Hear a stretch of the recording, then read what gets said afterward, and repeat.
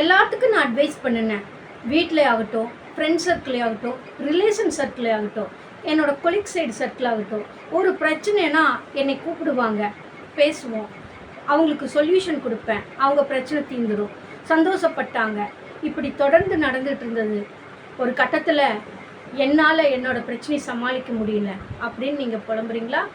நான் உங்கள் உளவியல் சகோதரி எம்எஸ்கே பிரியா. இப்போது ஆரம்ப காலகட்டத்தில் ஒவ்வொருத்தருமே உங்களை கூப்பிட்டு அவர்களோட பிரச்சனைகளை சொல்லி நீங்கள் அதுக்கு சொல்யூஷன் கொடுத்துட்டு வருவீங்க. இது ஆரம்ப காலகட்டத்தில் நல்லா இருக்கும். அவங்க உங்களை என்கரேஜ் பண்ணுற மாதிரி உங்ககிட்ட பேசினா நல்லா இருக்குது, என் பிரச்சனையெல்லாம் தீர்ந்துருச்சு அப்படின்னு சொல்லி சந்தோஷமாக இருக்கும். இது உங்களுக்கு பிடித்து போயிடும். இந்த செயல் செஞ்சுக்கிட்டு இருப்பீங்க.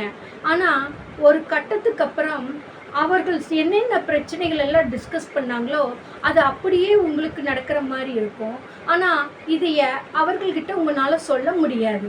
ஏன்னா அங்கே ஒரு ஈகோ கிராஸ் ஆகும் உங்களுக்கு.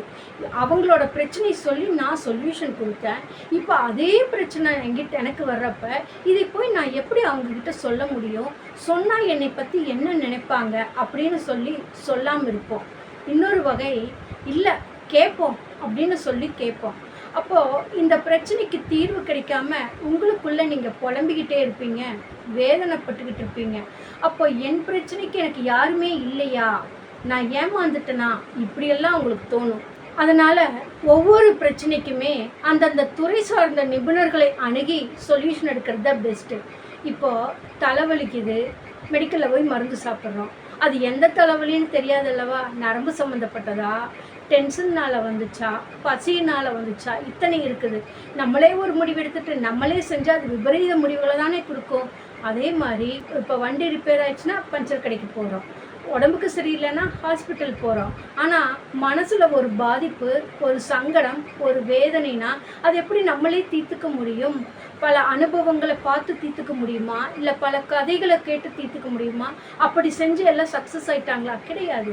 அப்போ அதற்கான ஒரு தீர்வு முறை இருக்குது. அதுதான் உளவியல் வழிகாட்டுதல் சிகிச்சை. அதைத்தான் எங்களோட நிறுவனத்தில் கொண்டுட்டு வந்து உங்களுக்கு கொடுத்துட்ருக்குறோம். உங்கள் அறிவின் பதிவு எதையை எப்படி எடுத்து பார்க்குது, எப்படி பிரித்து செயல்படுது, எங்கே உங்களுக்கு பாதிப்பை உண்டாக்குது அப்படின்னு கண்டறிந்து உங்களை மறுசீரமைக்க எம்எஸ்கே மைண்ட் செட் நாலேஜ் தெரப்பியில் உதவி புரிகின்றோம்.